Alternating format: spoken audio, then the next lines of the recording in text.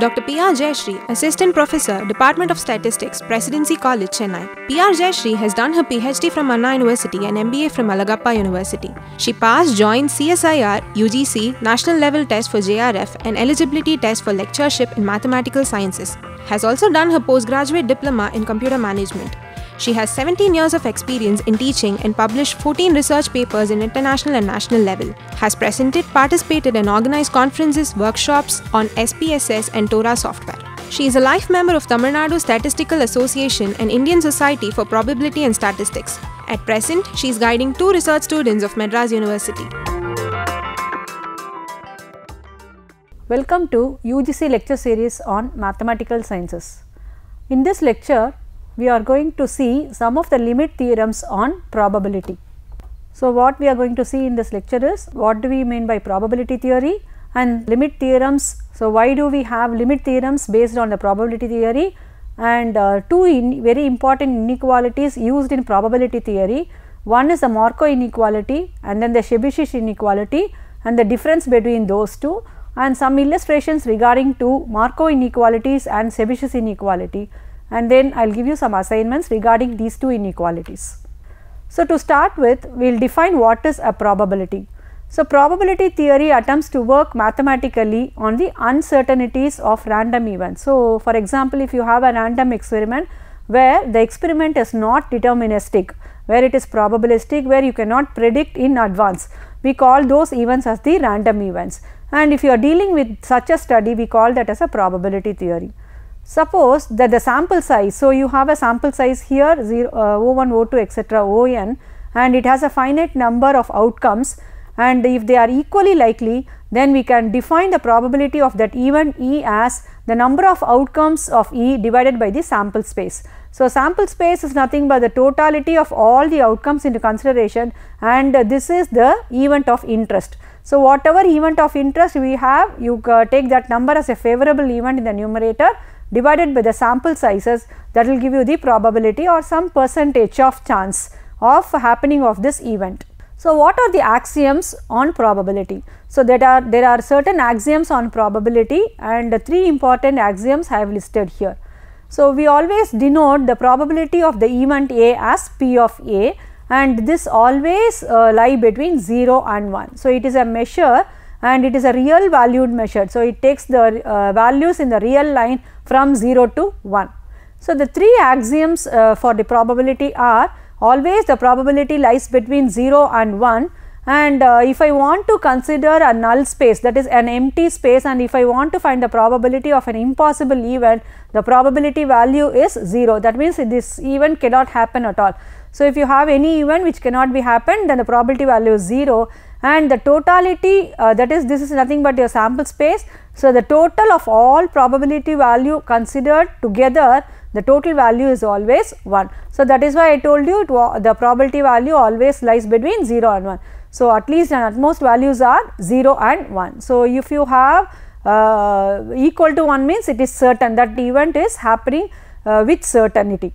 So, if you are not happening, then we have the probability value to be 0, and if it is happening with certainty, then the probability value is 1. So, if you want to find any chance between those 2 values, then we need to find the probability of A. So, what is a random variable in this probability? So, this is a real valued function, and this real valued function is the domain value is a sample space, and we associate the values for the sample space in the real line. So probability is nothing but a real valued function from the sample space to the real line. So if you take any sample points as omega, then we have a real number for this. For example, if I have the random variable to be the coin tossing experiment. So the outcomes here are head and tail. So my omega is head and tail, and what I do is I associate numbers for this head and tail. So I can keep my head as 1 and the tail as 0. So therefore my sample space here will be 0 and 1, and it takes the value 1 if the head appears, and it takes the value 0 if the unbiased coin is takes the value head. So if you have a head and tail as your outcomes, you associate some numbers on the real line, and we call that variable as the random variable. And this random variable can be a discrete random variable or a continuous random variable. So in the case discrete random variables means if you take a countable number of values. So if you can count it, for example, number of blades, number of students, etc., where you can count it. So then we call that as a if the variable takes the countable number, we call that as a discrete random variable, whereas time parameter and all, it is a continuous random variable. So in this probability theory, we are going to deal with some inequalities based on the probability theory. And why we need is the inequalities are used to give some information on the only limited information we have. With the limited information, if I want to find some probability of a event and some bound or some interval for that event, and I have some limited information, I do not have full information about the data. So if I have a limited information and if I want to find the probability of an event, then I can use these inequalities. So the purpose of inequalities is to give the bound for the probability of an event with the limited information. So I have, as I told you, we will take some examples, some Chebyshev inequality or Markov's inequality. So if I take Markov inequality, we know that the random variable is non-negative and it is x. So you know the expected value and the random variable. Then if I want to find some bound, if I know only the expected value, if I know only the mean value, I can find the probability value. So based on this information, Markov inequality allows us to provide the bound on the tail inequalities. So tail means the probability values I can find out. Similarly, in case of Chebyshev inequality, the random variable has a finite expected value and variance. So whereas in my Markov inequality, I have only the expected value or the mean value, whereas if I know the mean and the variance together, then I can use my Chebyshev inequality to find the tail bounds. So what are its advantages? These inequalities can be used if the probability mass function is not known. So if I know the probability mass function, if I can found the probability mass function or the probability density function for my data, I can use directly that one and certain measures on that one. If I do not have the probability mass function or the probability density function of any random variable, then I can use these inequalities. So for any arbitrary PMF satisfying some mild conditions, these inequalities like your Markov or the Chebyshev allows us to make intelligent guesses on the tail probability. So if you see here, if I want to make some bounds on the tail probability values, then I can use these inequalities. So Markov and Chebyshev inequalities are very useful tool to allow us to estimate how likely or unlikely. So this is the probability value that the actual varies from our prediction.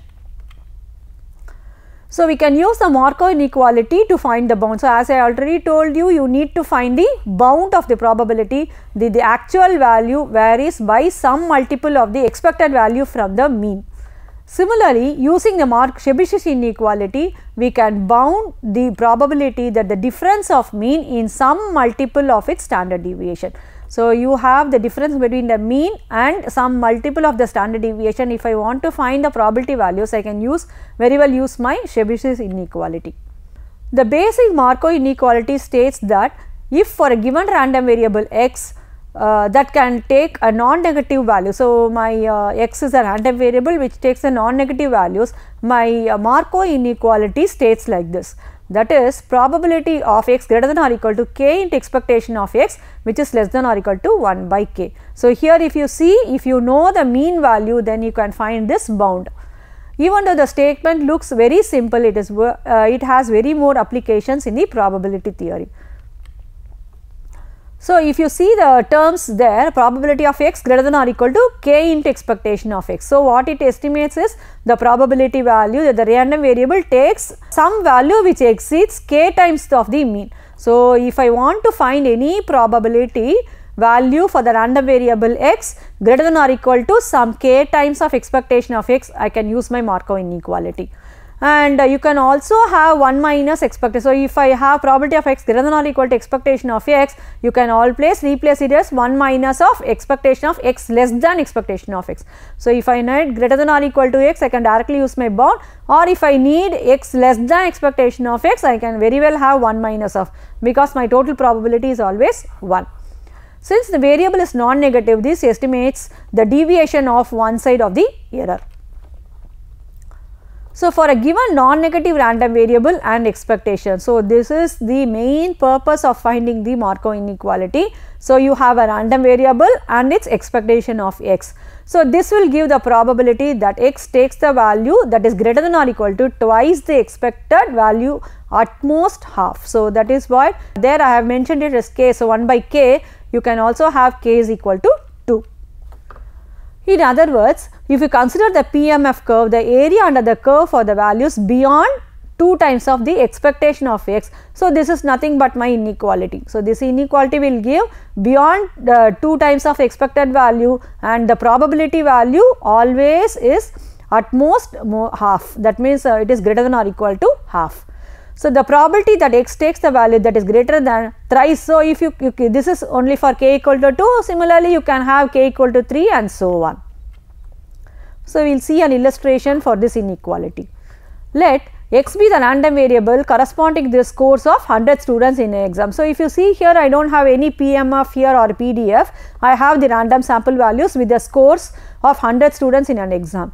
So, the variable clearly states it is a non-negative because it is a score at the least score is 0. So, I have taken the least score to be, I have assumed the least score to be 0, and my random variable is nothing but the scores of the 100 students. So, assume that the highest value is 100. Now, we can derive the bounds given by the Markov in this scenario. For this problem, we can always find the Markov inequality. So, let us assume that the average score is 20. So, by definition we know that the combined score of all students is 2000, that is 20 into utmost score is 100, therefore, my utmost score will be 2000. The probability that x takes a value that is greater than the twice. So, as I told you, the Markov inequality is it should be greater than twice the expected value is at most half. So, the fraction of students who have scored greater than 40, that is 2 into 20 is at most 0.5, that is 1 by 2. So, in other words, at most 50 students could have scored 40 or more. So, that is what we have found here, that is half is nothing but 50 students have scored 40 or more. So, probability of getting scoring 40 or more, I have found the bound to be at most 50 students. So, if 50 students got exactly 40 and the remaining all as, so for example, if I assume that 50 students got exactly 40 and the remaining students have got 0. In that case, for the whole class is again 20. How to calculate this is 50 into 40 plus 50 into 100. So, all 50 students have scored 40 and the remaining students have scored 0. Therefore, if you see here, it is nothing but that the average value is, comes to be 20 here. So, now even if one additional student has scored, so if you assume that in the remaining 20s have scored more than 40, then if you see here the average value, it comes to be 20.4, which is a contradiction because we need only the mean value to be 20. So, therefore, we can argue that if 50 students got 40, then the total score is at least 2000 and hence the mean value is at least 20. So, the probability that x takes the value that is greater than the thrice the expected value is again at most 1/3. So, because if k is equal to 2, we have got at most to be half, that is 1 by 2. If I take k equal to 3, it will be at most 1/3. So, if I take k equal to 3, then my 33 students got 60 and others have got 0. That means the total score will be 2000 and the average remains the same. So, regardless the scores of other 66 students, we know that the mean is at least 20 now. So, if the mean should be at least 20, and we have found the bound also for the probability values using the Markov inequality. So, again I have mentioned what is that Markov inequality. If P is a fraction number of students, that is we have already found that if you see here it is 66 students, if you see here in the previous problem we have found that 50 students. So, you can find this fraction of students. So, this is nothing but the P is a fraction number of students who have scored at least this value A, and this is very clear that the mean value is at least A into P. So, what this Markov inequality does is to turn this around. So, you can also have the mean value and you can find this utmost value P. So, that is what we have found. If you know the mean value, you can find the utmost value, the fraction value P. So, what is the generalized Markov inequality?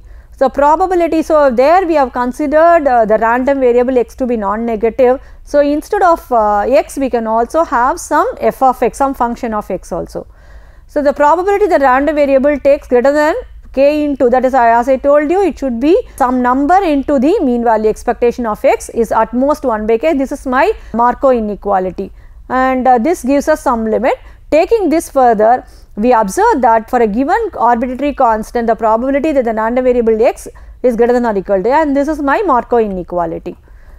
And probability of x greater than or equal to a is at most 1 by a times of the expected value. So, you can also have a generalized version of Markov inequality as x greater than or equal to a is less than or equal to 1 by a into expectation of x.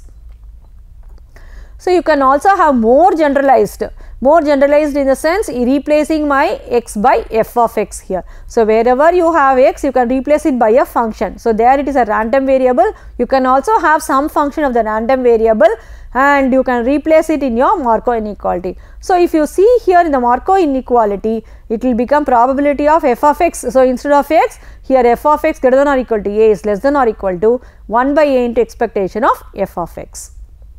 Now comes the other interesting inequality, which we call it as the Chebyshev inequality. So, in Markov inequality, if you want to find some bound for the probability and if you know the mean, you can do it, whereas in Chebyshev inequality, if you know the expected value as well as the variance, you can use this Chebyshev inequality.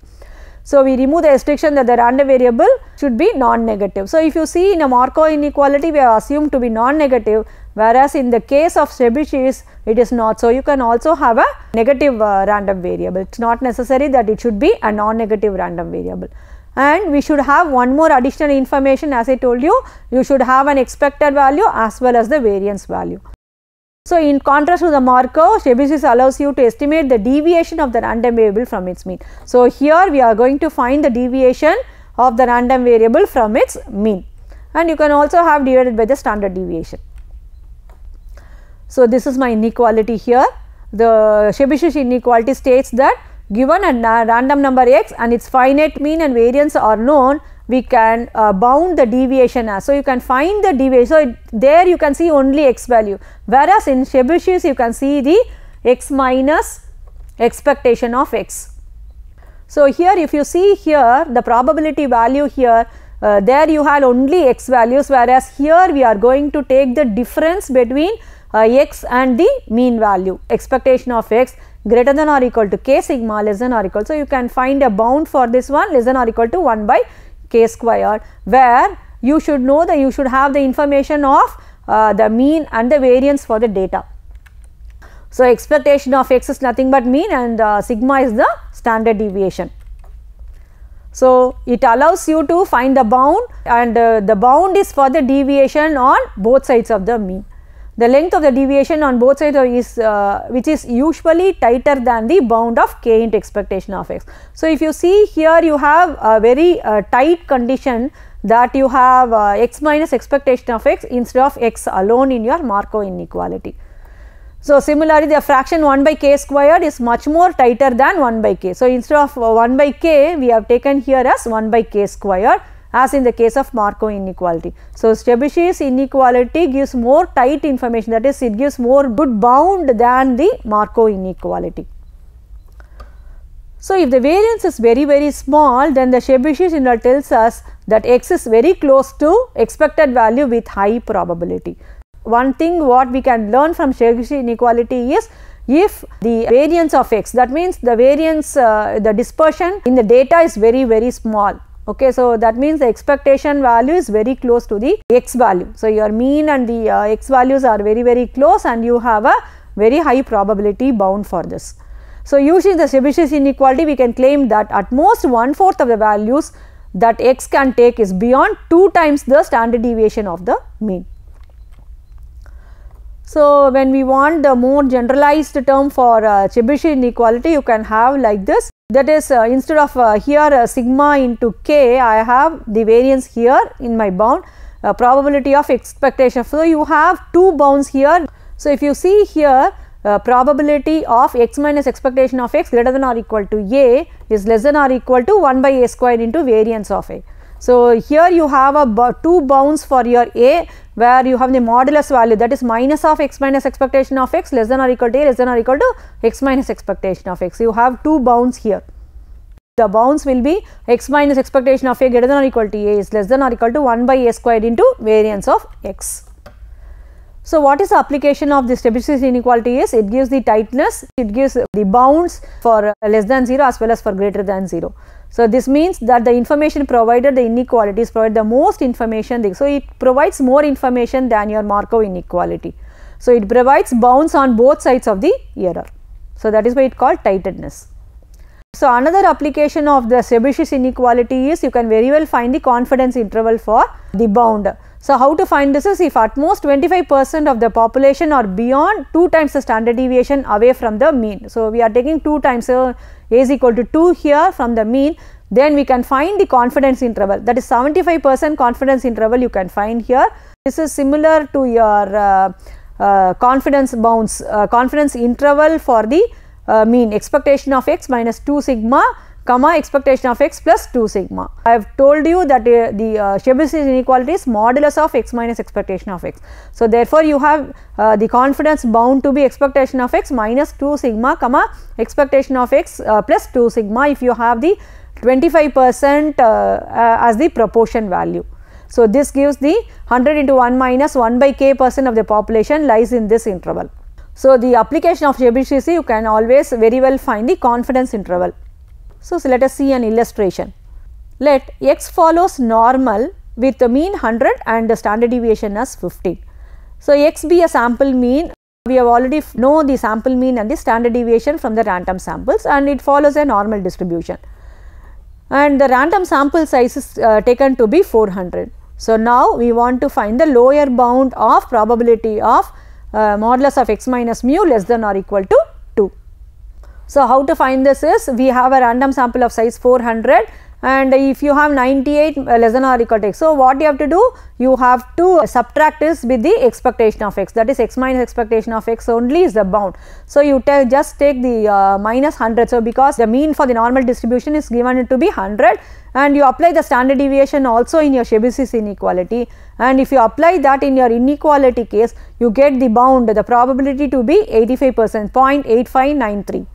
So, thus for the sample of size 400, there is a relatively high chance that x is within that 2 times the average of mu is equal to 100. So, 2 times the expectation of x, the bound is the samples lying in this interval is very high. The chance of lying in this interval is very high. So, about 85% of the sample lie in this interval, that is in your sample.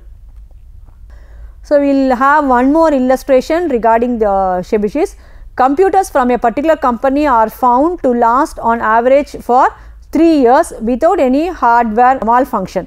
So, that means there is no hardware malfunction and it is working for 3 years with the standard deviation of 2 months. So, it is average is 3 years and the standard deviation is given to be 2 months. At least what percent of the computers last between 31 months and 41 months. So, we are going to find this bound, that means we have to use the Chebyshev inequality here. So, if you see the probability, so this probability bound only I need to find. So, probability of 31 less than x less than 41, and the mean value here is it is given to be 3 years, that means 3 into 12 years which is 36. So, what I have to do? I have to subtract the 36 from these two minus expectation of x. So, if I have the minus expectation of x, you can see that this value is minus 5 less than x, x minus expectation of x is less than 5, or modulus of x minus 36 is less than 5. So, I need to found this bound. So, what is the probability value of this one? So, I can easily find it from my Chebyshev inequality. So, if I see that one, the mean lifetime of 3 years correspond to 36 months, and from 31 to 41 months, it is nothing but 5 by 2 times of the standard deviation, that is 2.5 standard deviation from the mean. So, my Chebyshev inequality, so what I need to find these two limits is 1 minus 1 by the standard deviation sigma into 6 square. So, which is nothing but 84% of the computers last for 31 to 41 months. So, if you see 84 there is no malfunction, 84% the computers work, and it works for 31 to 41 months. So, what we have seen today is the concept of probability theory, what we mean by probability theory, and in probability theory what we meant by the random variable, and some limit theorems on this one. There are very large applications for this limit theorems. Under limit theorems you have two important inequalities, one is the Markov inequalities and the Chebyshev inequality. If the expected value is known to us, you can very well use the Markov inequality. If the expected value as well as the variance is known to us, then we can very well use the Chebyshev inequality. So, both these inequalities gives us the tail inequality. They are called the tail inequalities. You can find the bounds by using those two inequalities. We have also seen some illustration based on these inequalities. So, now I will give you an assignment regarding these two inequalities. So, consider a coin that comes up with head with probability 0.2. Let us toss it for, so we are going to toss the coin, unbiased coin, for n times. So, you are going to use Markov inequality to find the bound with probability at least 80% of heads. So, you are given the proportion number of heads and the probability value. So, in this case you have to find the mean value. So, this is nothing but your binomial, something like a binomial distribution, you can find your mean value. So, if you have your mean, you can very well find the bound for the probability. The second question is, a class of second graders have mean height of 5 feet and standard. So, if you see in this problem, your mean and the variance value are given to you. So, mean height is given as well as the standard deviation of all the students, I mean for the class is also given to you. So, at least what percent of the class must be between 4 feet and 10 inches and 5 feet and 2 inches. So, you need to find a bound for two values. So, if I want to find the value for two bounds and if I know the mean and the standard deviation, I can very well use my Chebyshev inequality to find the bound value. Thank you.